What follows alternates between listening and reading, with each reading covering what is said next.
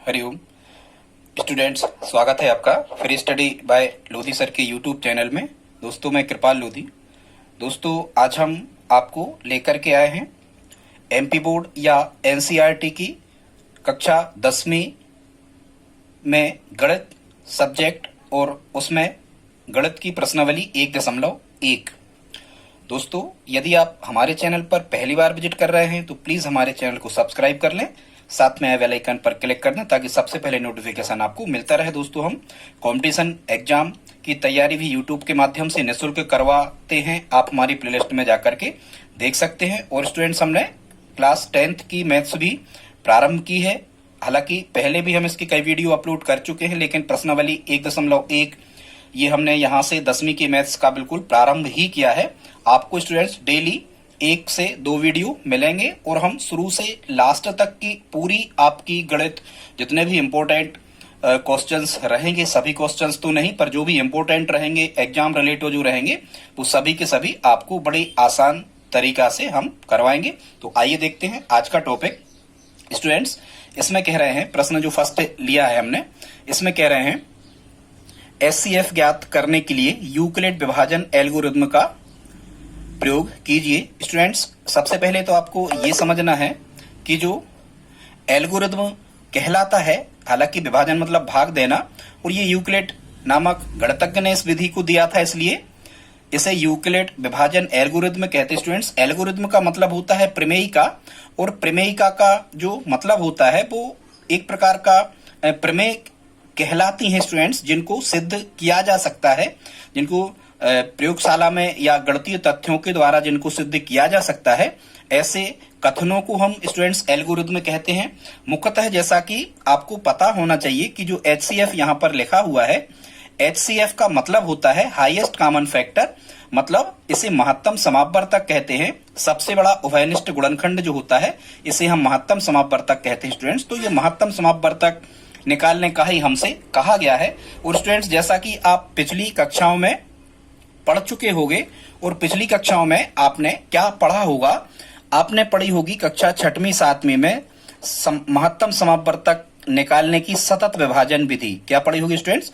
सतत विभाजन विधि। तो ये जो यूक्लिड विभाजन एल्गोरिथ्म है स्टूडेंट्स, ये एक प्रकार की सतत विभाजन विधि ही है। आज हम उसी से इन प्रश्नों को हल करना सिखाएंगे कि सतत विभाजन विधि से हम प्रश्नों को कैसे आसानी से हल कर सकते हैं महत्तम समापवर्तक फाइंड करने के। तो यहाँ स्टूडेंट सतत विभाजन विधि में आपको क्या करना होता है, जिन भी 2 संख्याओं या 3 संख्याओं के महत्तम समापवर्तक आपको निकालने होते हैं, उसमें जो सबसे छोटी संख्या होती है, जैसे यहाँ छोटी संख्या 135 है और यहाँ बड़ी संख्या है 225।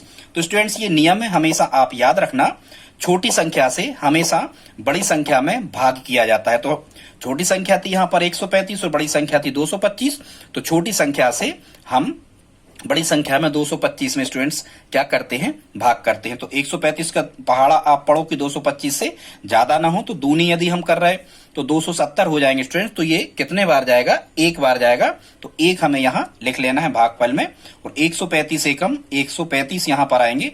यहाँ जैसा कि हम भाग में घटाते हैं, वैसे ही आपको यहाँ पर क्या कर लेना है, इनको घटा लेना है। 5 में से 5 घटे, यहाँ 0 बचेगा, 2 को माने 12, 12 में से कितने घटे स्टूडेंट्स? 12 में से घटे 3, तो यहाँ कितना बचेगा स्टूडेंट्स? यहाँ बचेगा कितना? 90। ठीक है, आई होप आप समझ पा रहे होंगे। अब स्टूडेंट्स, ये जो 90 बचते हैं, तो यहाँ देखो आपको एक चीज समझना है, एक फार्मूला होता है स्टूडेंट्स। वो फार्मूला क्या होता है? वो होता है भाज्य बराबर, और यहाँ भाज्य सबसे बड़ी संख्या होती है, भाज्य बराबर होता है भाजक गुणा भागफल धन शेषफल। भाज्य बराबर भाजक गुणा भागफल धन शेषफल। तो ये स्टेप भी हमें लिखते जाना है, तभी वो यूक्लिड विभाजन एल्गोरिथ्म कहलाता है स्टूडेंट्स। तो जब हम फर्स्ट स्टेप लिख रहे होंगे, जैसे ही हमें एक भागफल मिल जाता है और हम एक स्टेप इसका लिख लेते हैं, तो यहाँ स्टूडेंट्स हम क्या लिख रहे होंगे? भाज्य कितना था? 135। ये सॉरी, भाज्य कहलाता है बड़ी संख्या जो कोष्टकों के अंदर लिखी होती है। तो भाज्य कितना था यहाँ? 225। तो स्टूडेंट्स यहाँ हम लिख रहे होंगे 225 बराबर भाजक कितना है, जिससे हमने भाग दिया, कितने से भाग दिया था? 135 से। भागफल कितना मिला था? 1 मिला था, और शेष कितना था? शेष कितना था स्टूडेंट्स, ये नीचे रिमाइंडर शेषफल कहलाते हैं। शेष कितना था यहाँ पर 90, तो हमने 90 लिख दिया। अब आप करके देखना, 135 का जब आप 1 में गुणा करेंगे तो 135 ही आएगा स्टूडेंट्स। जब आप 135 में 90 जोड़ रहे होंगे तो ये बन जाएगा कितना, 225। तो ये फर्स्ट स्टेप पूरा हो गया।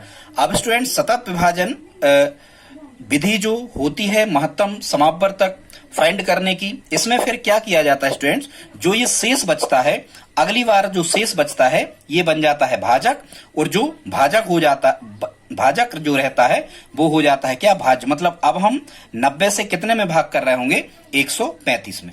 आई होप आप समझ गए होंगे। यही स्टूडेंट्स रेगुलर विधि या क्रम होता है। ध्यान से फिर से सुन लेना एक बार, जो शेष बचता है ये शेष भाजक बन जाता है, और जो शुरुआती भाजक होता है जैसे 135 था यहाँ, वो भाज्य बन जाता है। अब 90 का दूनिया पढ़े कि 135 से ज्यादा ना हो, तो 90 दूनी 180, तो एक ही बार पढ़ेंगे हम 90 एकम 90।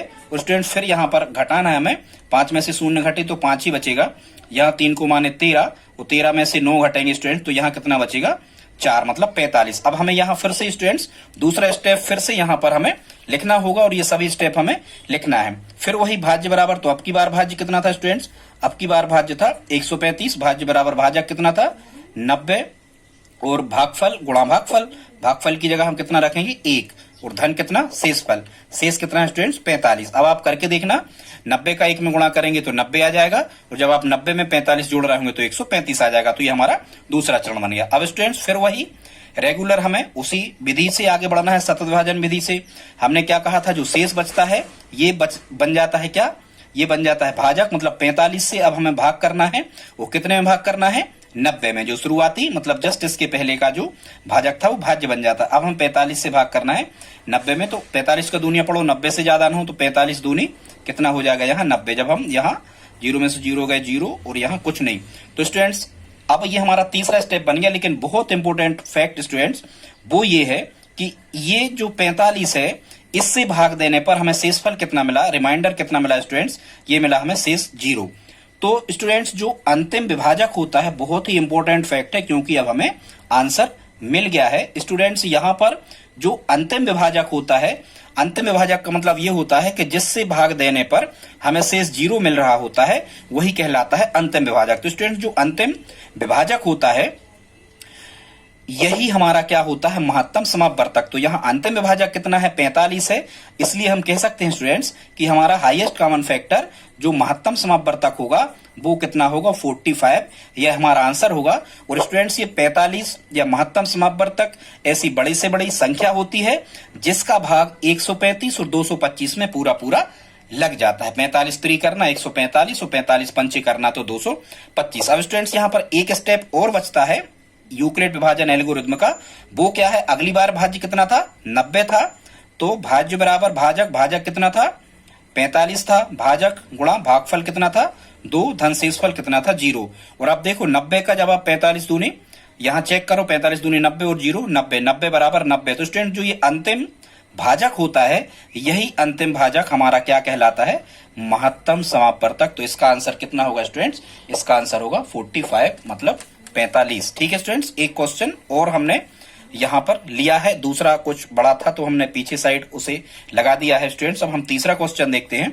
इसमें तीसरा में क्या कह रहे हैं, ये हमें 867 और 255 का महत्तम समापवर्तक फाइंड करना है। तो वही प्रक्रिया हम अपनाएंगे, सतत विभाजन विधि जो हम आपको बता रहे हैं। और सतत विभाजन विधि क्या कहलाती है स्टूडेंट्स की छोटी संख्या जो होती है 225 से हम भाग करेंगे कितने में, 867 में। ठीक है स्टूडेंट्स, तो पहली बार 200 कितना है 55, हम क्या करेंगे 255 का भाग करेंगे 867 में। तो 4 बार यदि हम करेंगे तो वो 1000 से ज्यादा हो जाएगा। हम कितने बार कर रहे होंगे, 3 बार। और यदि हमें पता नहीं है तो हम रफ कार्य कर लेते हैं, 255 का 3 बार दूनिया पढ़ेंगे, 3 5 15 5 हाथ से लेक, 3 5 15 और 1 16 के 6 हाथ से लेक, 3 दूनी 6 और 1 7। स्टूडेंट्स कितना आएगा 765। तो 255 3 कितना बना 765। अब हम यहाँ घटा लेते हैं भाग के अनुसार, 7 में से 5 घटे 2, 6 में से 6 घटे 0, और 8 में से 7 घटे कितने बचे 2 बचे स्टूडेंट्स। और हम उसी प्रक्रिया को फॉलो करेंगे यूक्लिड विभाजन एल्गोरिथ्म का, और उसके हमें चरण लिखना ही होते हैं तभी आपको पूरे अंक मिलते हैं। हालांकि कंपटीशन एग्जाम में ऐसा नहीं होता, उसमें तो हम कैसे भी आंसर निकाल पाए, लिखें चाहे नहीं लिखें तो वो सब सही हो जाते हैं। तो सूत्र क्या था, भाज्य बराबर, तो यहाँ भाज्य कितना था स्टूडेंट 867 था, तो भाज्य बराबर भाजक कितना था 255, भाजक गुणा भागफल कितना था 3 और धन शेषफल कितना था 102। जब आप 255 का 3 में गुणा करके जो भी आएगा, जब 102 जोड़ रहे होंगे तो यहाँ 867 आ जाएगा। आई होप आप समझ रहे होंगे। अब फिर हमें क्या करना है स्टूडेंट्स, जो 102 है, इस 102 से अब हमें भाग कर देना है कितने में 255 में। तो 3 बार यदि करेंगे तो 300 निकल जाएगा, हम 255 से ज्यादा नहीं होना चाहिए। तो 102 दूनी कितना होगा स्टूडेंट्स, 102 दूनी होगा 204, हम यहाँ फिर घटा देंगे, 5 में से 4 घटे 1, 5 के 5 ही 5, 2 में से 2 गए कुछ नहीं। तो यहाँ स्टूडेंट्स कितना बच गया 51 बचा। अब हमें दूसरा स्टेप फिर यहाँ पर लिखना है, अब की भाज्य कितने थे, अब की भाज्य थे 255, तो हम भाज्य बराबर भाजक, भाजक कितना था 102, भाजक गुणा भागफल कितना था 2, धन शेष कितना था 51। तो ये दूसरा चरण मिल गया, ठीक है, एल्गोरिथम का। अब हमें लेकिन वही करना है, जो शेषफल है ये शेषफल अगली बार भाजक बन जाता है, और जो जस्ट अगला जो पीछे वाला भाजक होता है ये भाज्य बन जाता है। 51 से 102 में करेंगे तो 51 दूनी कितना आ जाएगा 102। जब हम यहाँ घटा रहे होंगे स्टूडेंट तो शेष कितना बच रहा होगा, शून्य बच रहा होगा।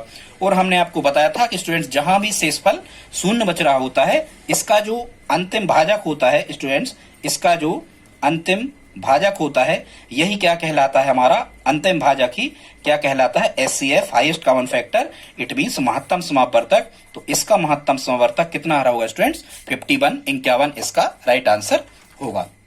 ठीक है स्टूडेंट्स, अगला देखते हैं। अब हमने जो प्रश्न छोड़ दिया था, प्रश्न क्रमांक 2, अब हम उसे देख लेते हैं, उसे आपको कैसे सॉल्व करना है। आई होप आपको इतना समझ में आ गया होगा। ठीक है स्टूडेंट्स, तो अगला जो क्वेश्चन है इसमें हमें निकालना है 196 और 38,220 का महत्तम समापवर्तक। तो ठीक, हम उसी प्रकार से हल करेंगे, कौन सी मेथड से, सतत विभाजन विधि से। और सतत विभाजन विधि में हम स्टूडेंट्स क्या करते हैं, छोटी संख्या से बड़ी संख्या में भाग लगाते हैं। सबसे पहले हम 196 का भाग लगा रहे होंगे कितने में, 38,220 में। 38,220 में जब हम 196 का भाग लगाएंगे तो पहले हम शुरू की 3 संख्या ले लेंगे, तो 382 बनता है। और यदि हम 196 का 2 बार करेंगे तो लगभग 382 से ज्यादा हो जाएगा स्टूडेंट्स, इसलिए ज्यादा नहीं होना चाहिए, कम हो जाए। 196 एकम 196, ठीक है। फिर यहाँ क्या करना है, हमें घटाना है स्टूडेंट्स। जब हम घटा रहे होंगे तो 12 में से 6 घटे, यहाँ 6 बचेंगे, हासिल 1, 8 को माने 18, 18 में से 10 घटे तो यहाँ 8 बचेंगे, और 3 में से यहाँ 2 घटे तो कितना बचेगा, 1 बचेगा। मतलब शेष स्टूडेंट्स यहाँ पर शेष कितना बचा, शेष बचा यहाँ पर 186। ठीक है स्टूडेंट्स, अब हम क्या करते हैं, अगली संख्या कितनी थी, यहाँ पर 2 थी, तो हम इस 2 को लिखते हैं, तो यहाँ पर हो जाते हैं कितने 1862। अब स्टूडेंट्स हम 196 का दूनिया पढ़ते हैं कि 1862 से ज्यादा ना हो। तो आप करके देखना, यदि 196 का हम अंदाज कर रहे हैं, 196 का यदि हम 9 बार दूनिया पढ़ रहे होंगे तो हमें कितना मिलेगा, 1862 से ज्यादा नहीं होना चाहिए, कम हो जाए। तो 9 छंग 54 की 4 हासिल 5, 9 नाम 81 और 5 86 की 6 हासिल 8, 9 कम 9 और 8 कितने होगा 17। स्टूडेंट कितना मिला हमें 1764, जो 1862 से कम है, मतलब हम सही कर रहे हैं। तो 196 नम्मा कितना मिलेगा स्टूडेंट्स यहाँ 1764।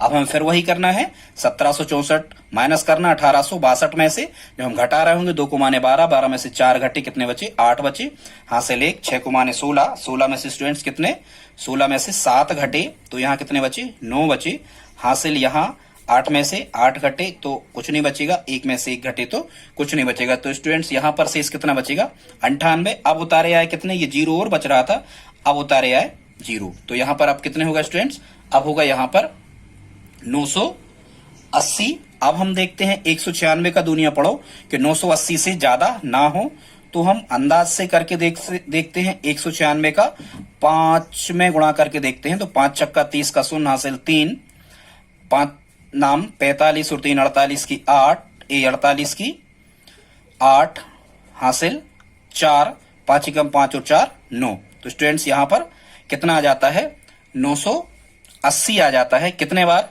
196, पंची कितना आ जाता है स्टूडेंट्स यहाँ पर 980। जब हम यहाँ पर घटा रहे होंगे तो शेष रिमाइंडर कितना बच रहा होगा 0 बच रहा होगा। तो स्टूडेंट्स यहाँ पर आपको बता दें अंतिम भाजक यही कहलाएगा 96 स्टूडेंट्स, ये क्या कहलाएगा? अंतिम भाजक। यहां पर अंतिम भाजक कितना कहलाएगा? 196, क्योंकि 196 का ही भाग देने पर शेषफल 0 बच रहा है स्टूडेंट्स। तो अंतिम भाजक जो होता है यही हमारा क्या होता है? महत्तम समापवर्तक होता है। इसका मतलब जो 196 है स्टूडेंट्स, यदि इससे इस बड़ी संख्या में भाग देने पर रिमाइंडर 0 या शेषफल 0 बचता है तो यही अंतिम भाजक या छोटी संख्या क्या होती है? महत्तम समापवर्तक। तो इसका आंसर कितना होगा? 196। अब स्टूडेंट्स यदि हम एल्गोरिथम विभाजन प्रमेयिका का कथन लिख रहे होंगे तो आपको उसी प्रकार से लिखना है। भाज्य बराबर, तो भाज्य कितना था स्टूडेंट? यहां पर भाज्य था 38,220। तो 38,220 भाज्य बराबर भाजक कितना था? 196। भाज्य बराबर भाजक गुणा भागफल, भागफल कितना निकला? 195 और धन शेषफल। स्टूडेंट जब आप 196 का 195 में गुणा कर रहे होगे तो ये 5 छक्का 30 का शून्य, तो यहाँ 196 का 195 में गुणा कर रहे होगे तो 38,220 यहाँ हमारा आ जाएगा आंसर। तो स्टूडेंट्स इस प्रकार से हमने एल्गोरिथम विभाजन प्रमेयिका से महत्तम समापवर्तक फाइंड कर लिया। कितना बना? 196। अब देखते हैं स्टूडेंट्स, एक क्वेश्चन और हमने लिया है। इस प्रश्नावली के 2-3 क्वेश्चंस हमने छोड़ दिए हैं, वो इंपॉर्टेंट नहीं है, कभी बाद में हम आपको बचे प्रश्नों को हल करना सिखाएंगे। अब देखते हैं हम तीसरा क्वेश्चन, और इसमें क्या कह रहे हैं स्टूडेंट्स? कह रहे हैं, पढ़ते हैं हम। कह रहे हैं किसी परेड में 616 सदस्यों वाली एक सेना की टुकड़ी को 32 सदस्यों वाले एक आर्मी बैंड के पीछे मार्च करना, मतलब चलना है। दोनों समूहों को समान संख्या वाले स्तंभों में मार्च करना है। उन स्तंभों की अधिकतम संख्या क्या है जिसमें वो मार्च कर सकते हैं? स्टूडेंट सबसे पहले तो आपको यह समझना है कि महत्तम समापवर्तक या हाईएस्ट कॉमन फैक्टर जिसको हम कहते हैं, इसका जो कॉन्सेप्ट होता है वो यही होता है कि वह बड़ी से बड़ी संख्या जो दी गई संख्याओं को पूर्णतः विभाजित कर सके। जैसे एक एग्जाम्पल हम कहें, जैसे हम कहें कि 10 और 15 का महत्तम समापवर्तक क्या होगा स्टूडेंट्स? तो आप कहोगे सर 10 और 15 का जो महत्तम समापवर्तक होगा आप निकाल के देख लेना, ये कितना आ रहा होगा? 10 और 15 का महत्तम समापवर्तक 5। अभी हम बताएंगे अगले वीडियो में, हम आपको गुणनखंड विधि से, अभाज्य गुणनखंड विधि से भी महत्तम समापवर्तक फाइंड करना सिखाएंगे कि अभाज्य गुणनखंड विधि से महत्तम समापवर्तक कैसे निकाला जाता है। ठीक है, तो ये 10 और 15 का महत्तम समापवर्तक कितना बना स्टूडेंट्स? ये बना हमारा कितना? 5। तो 5 ऐसी बड़ी से बड़ी संख्या होगी जिससे 10 और 15 में पूरा पूरा भाग लग जाएगा। आई होप आप समझ रहे होंगे। 5 ऐसी बड़ी से बड़ी संख्या। तो स्टूडेंट जहां कहीं भी आप तो एक चीज समझ जाओ, जहां कहीं भी यदि हमें ऐसा लिखा मिलता है, जहां कहीं भी कि बड़ी से बड़ी संख्या, इस टाइप से यदि हमें लिखा मिलता है, या लिखता है, या हमें मिलता है महत्तम, या मिलता है सबसे बड़ा, या अधिकतम, तो स्टूडेंट्स ऐसे यदि कोई प्रश्न आपको लिखे मिलते हैं तो आप तो ज्यादा दिमाग उसमें नहीं लगाओ। आपको तो जो भी डाटा उसमें दिए हुए हैं उनका आपको महत्तम समापवर्तक फाइंड कर देना है। वो ये कह रहे थे कि स्तंभों में मार्च करना है। ठीक है, स्तंभ मतलब स्टूडेंट ये एक प्रकार के कॉलम कहलाते हैं। तो उनकी अधिकतम संख्या यदि हमें निकालना है, 616 सदस्य हैं और 32 में यदि हमें स्टूडेंट्स इनको बांटना है, तो वे कह रहे हैं अधिकतम संख्या कितनी? तो हम अधिकतम संख्या फाइंड करने के लिए इनका क्या निकाल रहे होंगे? महत्तम समापवर्तक निकाल रहे होंगे 32 और 616 का। तो स्टूडेंट्स 32 और 616 का महत्तम निकालने के लिए या तो आप यूक्लिड विभाजन एल्गोरिथम का यूज कर सकते हो, मतलब वही सतत विभाजन विधि महत्तम समापवर्तक निकालने की, या फिर आप गुणनखंड मेथड से भी कर सकते हो। स्टूडेंट्स हम इसी विधि से महत्तम समापवर्तक आपको निकाल के बताते हैं। हमें कितने का निकालना है? 32 का। स्टूडेंट्स हमें महत्तम समापवर्तक कितने का निकालना है? 32 का और 616 का। तो हम क्या करके देखते हैं, ये हम महत्तम समापवर्तक ही फाइंड कर रहे हैं। आप लिख लेना कि अधिकतम जो संख्या होगी वो इनके महत्तम समापवर्तक के बराबर होगी। हमने यहाँ पर भाग करना, हमें 32 से भाग करना है 616 में, सॉरी मिस्टेक हो गया था। तो 32 एकम 32, कितना यहाँ बचेगा? 29 बचेगा। उतारे आए कितने? 6। तो कितने होगा? 296। अब स्टूडेंट्स हम रफ पे 32 का दूनिया पढ़ते हैं कि 296 से ज्यादा ना हो, तो मन से हम 32 अट्ठे करके देखते हैं, क्योंकि 8 दूनी 16 के 6 मिल रहा है लास्ट में। 8 दूना 16 के 6, 8 दूनी 16 के 6, हासिल 1, 8 3 24 और 1 25, कितना मिला? 256 मिला। 296 से कम हो रहा स्टूडेंट्स। यहाँ अब हम 32 का 9 में गुणा करते हैं, तो 9 दूनी 18 की 8, हासिल 1, और 9 3 27 और 1 28, 9 दूनी 18 की 8, हासिल 1, 9 3 288, मतलब 32 90 कितना हो रहा है यहाँ? 288। ठीक है स्टूडेंट्स, अब हम 296 में से 288 घटाएंगे तो 16 में से 8 गए, यहाँ कितने बचे? 16 में से 8 गए, 8 बचे। हासिल 1, यहाँ 9 में से, ठीक है 9 में से 9 गए तो यहाँ 0 बचेगा, मतलब कुछ नहीं। 2 में से 2 गए, कुछ नहीं। अब कितना बचा? यहाँ 8 बचा। अब सतत भाजन विधि 8 से कितने में करेंगे? हम 32 में भाग करेंगे। तो स्टूडेंट्स यहाँ कितना आ जाएगा? 8 चौको कितना? 32। वो 32 में से 32 घटे तो यहाँ रिमाइंडर शेषफल कितना बचा? शेषफल 0 बचा। तो ये स्टूडेंट्स ये जो अंतिम भाजक होता है, ये अंतिम भाजक क्या कहलाता है? महत्तम समापवर्तक, या इसी को हम क्या कहते हैं स्टूडेंट्स? Highest common factor. मतलब महत्तम समवर्तक या हाईएस्ट कॉमन फैक्टर एक ही बात है। तो इसका महत्तम समवर्तक कितना निकल के आया स्टूडेंट्स? 8 निकल के आया। तो हम लिख सकते हैं यहाँ पर, अतः उन स्तंभों की अधिकतम संख्या 8 होगी। आप यहाँ पर लिख देना, हम नहीं लिख रहे हैं, हमने सीधा आपको यहाँ आंसर निकाल के बता दिया स्टूडेंट्स। आपको जमा के करना होता है। अभी हमारी आदत वैसे है नहीं, हम कंपटीशन क्लास को पढ़ाते हैं तो जितनी 60 मेथड से आंसर निकाले जा सकते हैं वो हम निकालने का प्रयास करते हैं, पर धीरे धीरे हम आपको विस्तृत मेथड से भी अच्छे से अच्छे हल करना सिखाएंगे। दोस्तों आज का वीडियो अच्छा लगा हो तो प्लीज इसे लाइक कर दें। तो ठीक है स्टूडेंट्स, इसका आंसर कितना होगा? 8 होगा। अभी जल्दी ही कल आपको इसका 1.2 प्रश्नावली के प्रश्न भी मिल जाएंगे। दोस्तों यदि अच्छा लगा हो वीडियो तो प्लीज लाइक कर दें और दोस्तों के साथ में स्टडी ग्रुप में शेयर करके आप हमारी हेल्प कर सकते हैं। मिलते हैं अगले वीडियो में, तब तक के लिए जय हिंद जय भारत।